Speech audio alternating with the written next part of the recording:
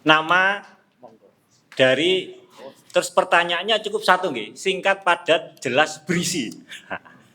Terima kasih. Saja. Assalamualaikum warahmatullahi wabarakatuh. Waalaikumsalam. Nama saya Abdul Hakam dari Majelis Zikir Nahdiyin. Hanya kumpul-kumpul. Oh iya. Pertanyaan saya cuma sederhana, Pak. Jadi saya cukup tertarik dengan apa yang disampaikan Pak Haris Islam. Jadi seandainya kemudian kekayaan kita sepenuhnya itu dikelola oleh negara dan diperuntukkan untuk kemaslahatan umat, maka kemakmuran insya Allah bisa terwujud, Pak. Nah, persoalannya itu kan apakah yang 50 orang tadi itu tidak marah gitu. Nah, bagaimana menghadapi yang 50 ini? Saya ingin tahu kejelasannya juga. Yang pasti kan kalau melihat tadi kan 50 orang ini kan cukup punya kekuatan ataupun kekuasaan lah untuk menentukan negara ini harus jalan bagaimana dan bagaimana. Jadi itu, Pak. Yang 50 orang kalau marah ini terus kita apakan? Baik. Terima kasih. Siapa tadi? Yang nomor 2 itu. Oh, oke. Oke, terima kasih, Pak. Salam kenal, saya Yasin dari OI. Itu fans klubnya Iwan Fals, Pak. Ya, jadi ngopeni arek-arek pengamen gitu-gitu. Arek mendem-mendem. Nah, jadi gini, tadi sedikit banyak ilmu yang kita terima juga, Pak. Artinya dari penyampaian Pak Edi maupun Pak Haris, saya teringat dulu ketika kuliah itu bahwa ada istilah pasti PD bahwa bangunan peradaban bangsa itu ada pendidikan, terus agama, sosial, teknologi, institusi hukum, politik, ekonomi, dan demografi. Lah, sepanjang yang disampaikan Pak Edi dan Pak Haris dari tadi, kesannya kok hanya persoalan ekonomi, persoalan hukum, politik. Lah, persoalan pendidikan terus bagaimana ini? Terus persoalan agamanya seperti apa solusinya? Dan lagi ini, dari tadi pembicaraannya skalanya adalah nasional. Saya membayangkan gini, karena saya menghirup udara di Gresik, gitu. Jangankan mikir Indonesia, mikir Gresik itu gak mampu utek saya itu. Karena semakin hari semakin banyak persoalan dan seterusnya. Saya masuk ke sini tadi sedikit kaget, banyak orang-orang hebat juga yang hadir di sini. Tadi ada Mas Ali Dandi juga yang beberapa waktu yang lalu sempat viral itu juga. Nah, artinya gini, apakah konsepsi yang didiskusikan pada malam hari ini itu nantinya bisa dijadikan oleh kita semua, terutama saya yang masih muda ini, menjadi instrumen pergerakan di kabupaten kita yang tercinta. Kalau Pak Haris tadi mengatakan panggilan birrul walidain ke Gresik, maka kita yang ada dan domisili di Gresik hari ini juga lagi jihad, Pak, lagi jihad di Gresik. Artinya jihad sosial kan gitu, hablum minanas kita juga kita terapkan dari ini. Apakah bisa konsepsi itu kita terapkan dengan versusnya kan beda. Kalau tadi Pak Edi menyatakan dengan terang-terangan ini Jokowi ya. Nah, sedangkan hari ini di Gresik, ya, saya tidak menyatakan siapa yang salah di Gresik hari ini. Apakah oligarki itu bisa dideteksi di Gresik?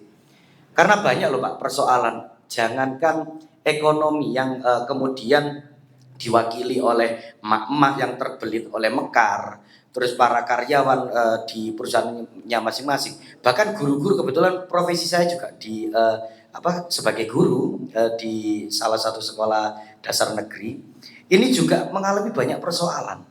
Lah, seandainya nanti di diskusi ini Pak Haris maupun Pak Edi memberikan sedikit konsepsi yang bisa kita adopsi di semua lini 8 rumusan peradaban bangsa ini, ya syukur-syukur kita nantikan itu. Ya, terima kasih. Terima kasih Mas Yasin dari OI. Ketiga, ya, tadi yang mana yang Yang duluan tadi. Oh ya, monggo. Ini Ustaz. Yang dulu aja. 3 untuk sesi pertama, 3 dulu. Baik, Assalamualaikum warahmatullahi wabarakatuh. Nama saya Wawan, tinggal di Sukoromadu di sini, dari relawan Anies Kirsi. Pak, hari ini kita kumpul, tentu dengan biaya yang besar, walaupun ya besarnya ya segini gitu kan. Tapi kalau di beberapa tempat kemudian kita berkumpul dengan biaya yang lama-lama akan jadi besar juga. Dan yang dibicarakan adalah yang dari itu juga. Kemudian ngomong masalah Prabowo, masalah Jokowi, rasanya tidak akan merubah sistem yang Bapak ceritakan. Kalau ingin merubah sistem, tentu kita harus menyiapkan pemimpin masa depan. Kalau kita sibuk aja, sumber daya kita kan terbatas. Daya kita kan hanya cuman berapa aja kan, sedikit. Yang ingin perubahan itu kan sedikit. Tapi kalau kita ngomong terus dalam lingkup yang itu saja, nggak selesai. Yang harus kita utamakan adalah menyiapkan wakil-wakil kita yang amanah ke depan dan menyiapkan presiden kita 2029. Itu sebetulnya. Jangan sampai kita capek aja ngomong-ngomong padahal sumber daya kita habis nanti. 2029 Prabowo sudah menyiapkan MBG, kemudian Koperasi Merah Putih. Itu sebetulnya sumber daya yang mereka serap untuk menyiapkan 2029. Kita ngomong begini saja capek jadinya itu kan. Nah, usul saya, marilah kita merapatkan barisan untuk menyiapkan wakil-wakil yang amanah 2029 dan presiden 2029. Itu saja usul saya. Terima kasih. Assalamualaikum warahmatullahi wabarakatuh. Waalaikumsalam warahmatullahi wabarakatuh. Allahu Akbar. Allahu Akbar. Allahumma sholli ala Muhammad. Tadi yang pertama Bapak Hakam, dari Bapak Hakam, Bapak Yasin, OI, dari Bapak Wawan relawan Anies. Jadi yang pertama menghadapi 50 oligarki itu gimana? Singkatnya seperti itu. Nah, mau dibelai mau apa terserah. Bapak Yasin dari OI. Jadi ini masalah kok cuman ekonomi ya, pendidikannya mana dan agama nggak kelihatan berarti. Jadi kalau kita di Gresik itu bagaimana ya kan mencerminkan pergerakan di Gresik karena menghirup udaranya di Gresik. Intinya realnya di Gresik itu kita mau apa kan itu. Gitu nggih. Dari Pak Wawan relawan Anies yang dibicarakan masalah-masalah itu juga. Kapan berangkat? Jadi menyiapkan pemimpin masa depan, intinya itu merapatkan barisan untuk menyiapkan pemimpin masa depan. Jangan itu terus kan begitu. Jadi padahal ya tadi yang dibicarakan ya ini itu Pak sebenarnya. Baik, kami persilakan beliau untuk menanggapi berdua. Mana dulu monggo? Sud. Monggo. Jenengan. Ya, cek.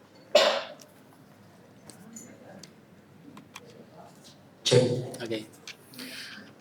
Pertanyaan pertama, bagaimana kalau 52 keluarga tadi itu marah? Saya itu juga heran loh. Wong 52 lawan 250 juta, masa yo kalah 250 juta kan gitu. Ya. Di setiap kali kalau kita demo dan segala macamnya selalu digaungkan rakyat bersatu tak bisa dikalahkan. Nah kan begitu. Itu bukan slogan, itu benar. Jadi kalau kita ini benar-benar bersatu, kita nggak akan bisa dikalahkan. Gitu loh. Problemnya adalah kita ini terpolarisasi dengan banyak kepentingan. Nah akhirnya kita juga bisa bersatu. Gitu. Siapa yang diuntungkan kalau kita ini nggak bersatu? Ya 52 orang itu Pak. Jadi sekarang itu monggo lah kita berpikir bagaimana caranya kita bersatu biar tak bisa dikalahkan kan begitu. Jadi kalau masalah marah nggak marah itu hanya aksi reaksi lah kalau menurut saya ya. Dan aksi reaksi itu menurut saya juga ada waktunya lah. Pada titik tertentu aksi reaksi itu akan mereda dengan sendirinya dan siapa yang akan muncul untuk menjadi pemenangnya. Itu wajar biasa seperti itu. Dalam dunia perjuangan kan ya yakin kalau ada sebuah perubahan harus ada pengorbanan. Setuju nggak? Gitu. Jadi kalau kita bersatu, insya Allah masyarakat umat Islam ini bersatu, ya insya Allah kita ini akan lebih kuat lah gitu. Jadi kita harus waspada terkait dengan apa? Polarisasi kepentingan ya, yang ada pada diri kita masing-masing gitu. Itu pertanyaan pertama. Terkait dengan pertanyaan kedua ada bagaimana dengan pendidikan. Sebenarnya kalau kita bicara pendidikan ini parah juga, Pak. Kenapa kok parah gitu ya? Jadi pendidikan sekarang itu kan disetting untuk materialistis gitu. Jadi orang sekolah biayanya mahal, begitu lulus dapat pekerjaan yang bagus, gajinya besar. Jadi pikirannya wis pikiran kapitalis, Pak. Aku ngetok ke bondo piro, engkau kudu balik, betul enggak? Gitu. Padahal sebenarnya kalau dari hasil kepemilikan rakyat tadi itu benar-benar dikelola oleh negara, ya, kemudian dikembalikan kepada rakyat, itu akan jadi murah sehingga anak-anak didik itu tidak akan berpikir tentang kapitalistik gitu. Karena dia sekolahnya murah, jadi lulus nanti tujuannya adalah mengabdi. Kenapa? Karena dibiayai oleh negara gitu loh. Contohnya apa? Contoh misalkan di Iran itu kenapa bensin itu murah banget begitu?